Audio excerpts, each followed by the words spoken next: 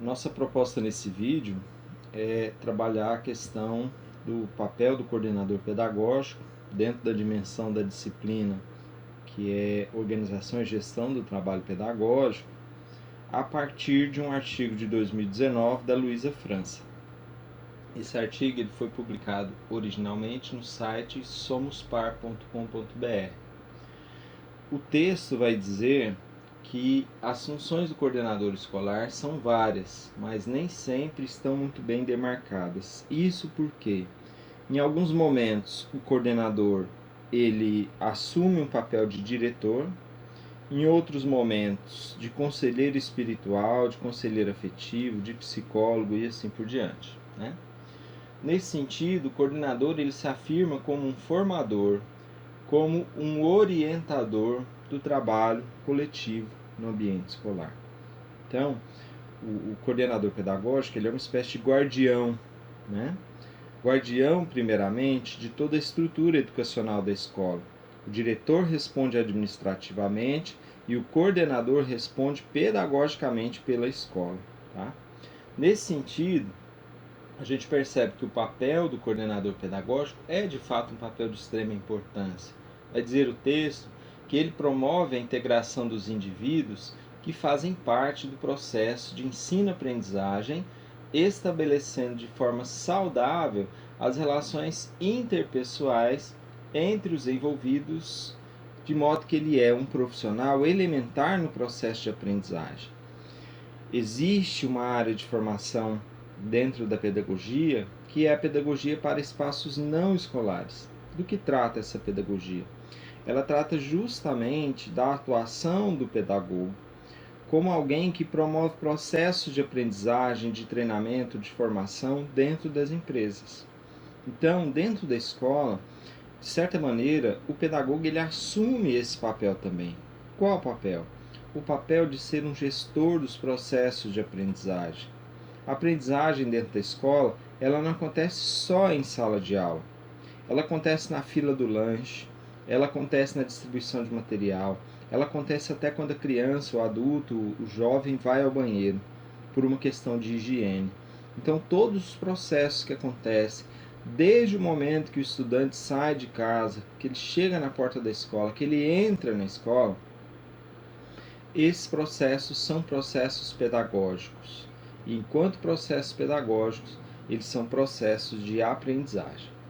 Nesse sentido, o texto vai falar das três funções básicas do coordenador, que são a articulação, a formação e a transformação. Essa transformação dentro do ambiente escolar, ela significa justamente a mudança de atitudes, de uma atitude não ética para uma atitude ética, de uma atitude não comprometida para uma atitude comprometida, e assim sucessivamente. As funções de articulação, vai dizer o texto, desempenhadas pelo coordenador pedagógico abrangem professores, família e aluno. Então, não é só com o professor que o coordenador atua. Ele atua constantemente com os alunos, ele atua constantemente com os professores, ele é o intermédio entre os professores e a direção, entre a escola e a direção, entre os pais, os alunos e a direção. Então, é ele que tem que ter esse olhar didático e pedagógico. Ele também cuida dessa questão do atendimento à legislação. O pedagogo ele é uma espécie de guardião do currículo escolar.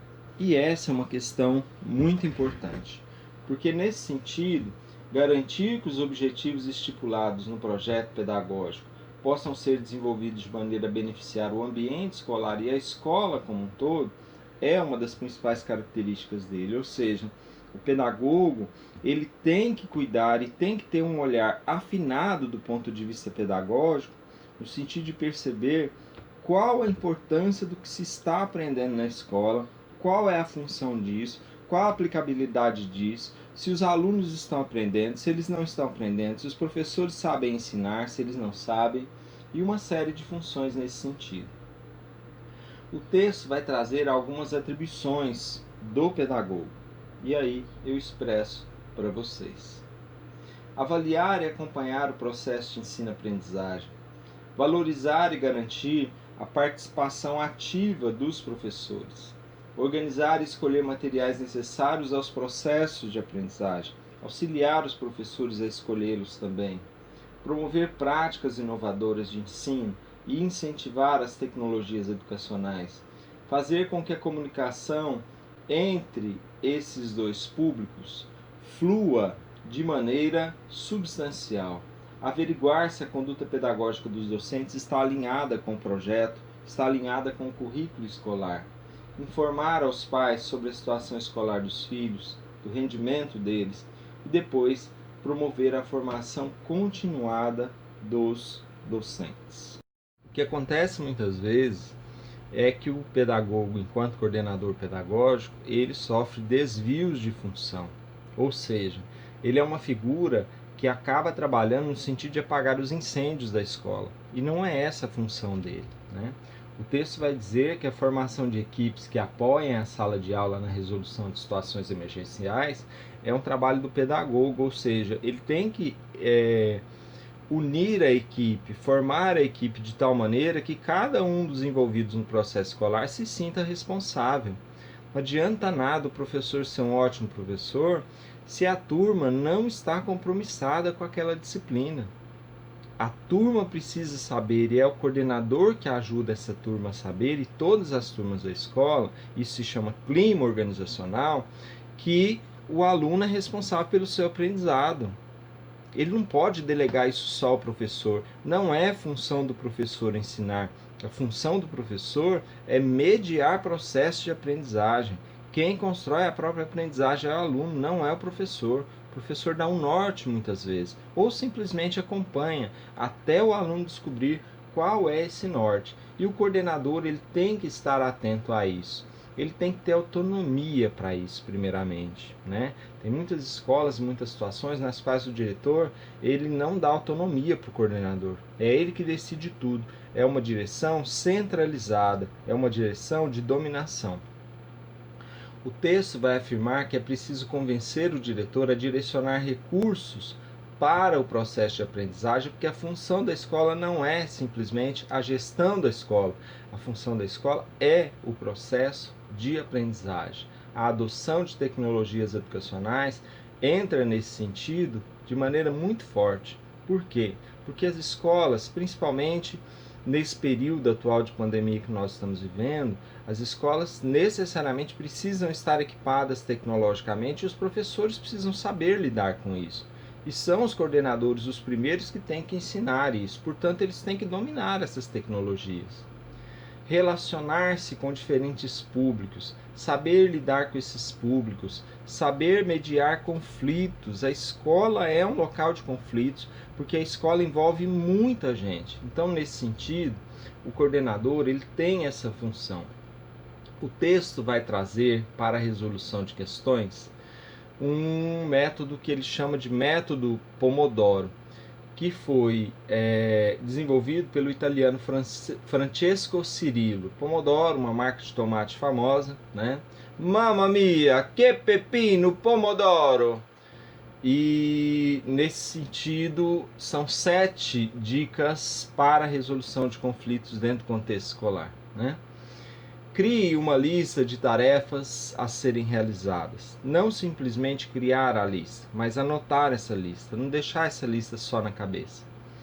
Programar o relógio ou o cronômetro a cada 25 minutos, nos períodos em que você precisa mudar de atividade, tomar água, ir ao banheiro. Exercer uma tarefa por vez, sem interrupções, o que é muito difícil dentro do contexto escolar. Descansar seu corpo sua mente durante 5 minutos pelo menos, deitar um pouco na carteira, tomar uma água, dar uma volta em torno da escola, qualquer coisa assim que te ajude a resfriar a cabeça no momento que você está numa situação de muita tensão. Fazer o mesmo 4 vezes ou 5 vezes de modo diferente no dia, ou seja, intercalar atividades, fazer, se você pega uma situação grande para resolver, resolva a situação em partes, né?